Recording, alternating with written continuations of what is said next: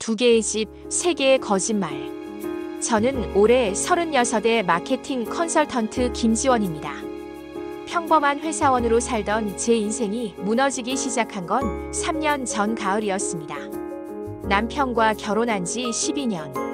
초등학생 아들 둘을 키우며 나름 행복한 가정을 꾸렸다고 생각했습니다. 하지만 언제부턴가 남편과의 대화는 육아와 생활비 얘기뿐이었고 저는 아내와 엄마라는 역할 속에서 나를 잃어가고 있었죠. 그때 클라이언트 미팅에서 윤도현을 만났습니다. 32의 스타트업 대표. 열정적이고 따뜻한 사람이었어요. 프로젝트를 진행하며 자연스럽게 가까워졌고 어느새 저는 그와 함께 있을 때만 살아있음을 느꼈습니다. 지원 씨, 나랑 같이 살래요? 처음엔 농담인 줄 알았습니다. 하지만 그는 진심이었고 저는 미쳤다고밖에 설명할 수 없는 선택을 했습니다. 남편에게는 지방 프로젝트 때문에 주중엔 따로 지내야 한다고 했습니다. 도연에게는 이혼 후 혼자 살고 있다고 했죠. 월화수목은 도연의 집, 금토일은 원래 집. 2개의 집을 오가며 2개의 인생을 살기 시작했습니다. 거짓말은 점점 커졌습니다. 도연의 집에 두고 온 물건을 남편이 발견할까봐, 남편과 찍은 가족 사진을 도연이 볼까봐 매일이 살얼음판이었죠. 아이들에게는 엄마가 돈 벌러 간다고 했지만 큰아이는 이미 뭔가 이상함을 눈치채고 있었습니다. 6개월 후 도연과의 사이에서 임신을 하게 되었습니다. 낙태를 생각했지만 도연의 간절한 눈빛에 차마 그럴 수 없었습니다. 그는 아이를 너무 원했거든요. 남편에게는 호르몬 이상으로 살이 찐다고 둘러댔습니다. 배가 불러오자 복부 종양 검사를 받는다며 병원에 입원했다고 거짓말했죠. 아이를 낳은 날 저는 도연의 손을 잡고 있었습니다. 그리고 다음 날 남편에게 수술이 잘 끝났다고 문자를 보냈습니다. 신생아는 도연의 어머니가 돌봐주셨습니다. 전 그렇게 새아이의 엄마가 되었지만 단 한 번도 새아이를 함께 안아본 적이 없었습니다. 도연이 결혼을 서두르기 시작한 건 아이가 돌이 지날 무렵이었습니다. 우리 아이한테 정상적인 가정을 만들어주고 싶어요. 저는 또 거짓말을 했습니다.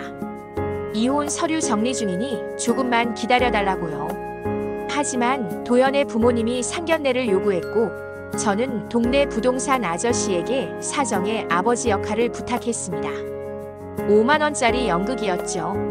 상견례 당일 가짜 아버지는 대본을 외우지 못해 더듬거렸고 도연의 어머니는 의심스러운 눈빛을 보냈습니다.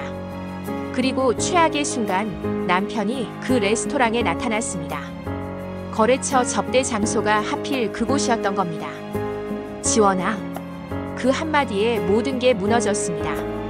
도연은 저를 믿을 수 없다는 눈빛으로 바라봤고 남편은 충격으로 그 자리에 주저앉았습니다. 가짜 아버지는 슬그머니 사라졌고 도연의 부모님은 경악했죠. 그날 이후 지옥이 시작되었습니다. 남편은 바로 이혼 소송을 제기했고 도연 역시 사기 결혼으로 저를 고소했습니다. 양육권은 당연히 남편에게 갔고 도연과의 아이마저 그의 부모님이 키우게 되었습니다. 저는 두 남자에게 각각 5천만 원의 위자료를 물게 되었습니다. 하지만 진짜 끝은 따로 있었습니다. 제가 두 생활을 유지하느라 빌린 돈들이 문제가 되었습니다. 친구들에게는 남편이 사업에 실패했다고, 동료들에게는 부모님 병원비라고 거짓말하며 돈을 빌렸거든요. 총 1억 3천만 원. 갚을 길이 없었습니다. 결국 사기죄로 고소당했고 저는 구속되었습니다. 재판장에서 판사님이 물으셨습니다. 피고인은 왜 그런 생활을 했습니까? 저는 대답할 수 없었습니다. 사랑, 외로움, 일탈, 그 어떤 말로도 설명할 수 없었으니까요. 징역 2년을 선고받고 교도소에 들어온 지 8개월째입니다. 면회는 아무도 오지 않습니다. 큰아들이 보낸 편지 한 통이 전부였죠. 엄마, 왜 그랬어요? 우리가 부족했나요? 그 한 줄에 한 달을 울었습니다. 저는 모든 걸 가지려다 모든 걸 잃었습니다. 2개의 집을 오가며 세 개의 거짓말로 쌓아올린 제 인생은 결국 하나의 감옥으로 끝났습니다. 가끔 생각합니다.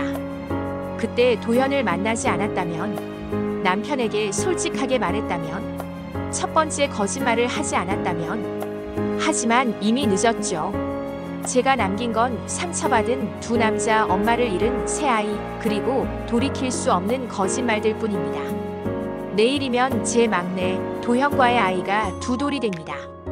그 아이는 엄마 얼굴도 기억하지 못하겠죠. 저는 오늘도 회색 철창 너머로 하늘을 봅니다. 두 개의 집 어디에도 이제 제 자리는 없습니다.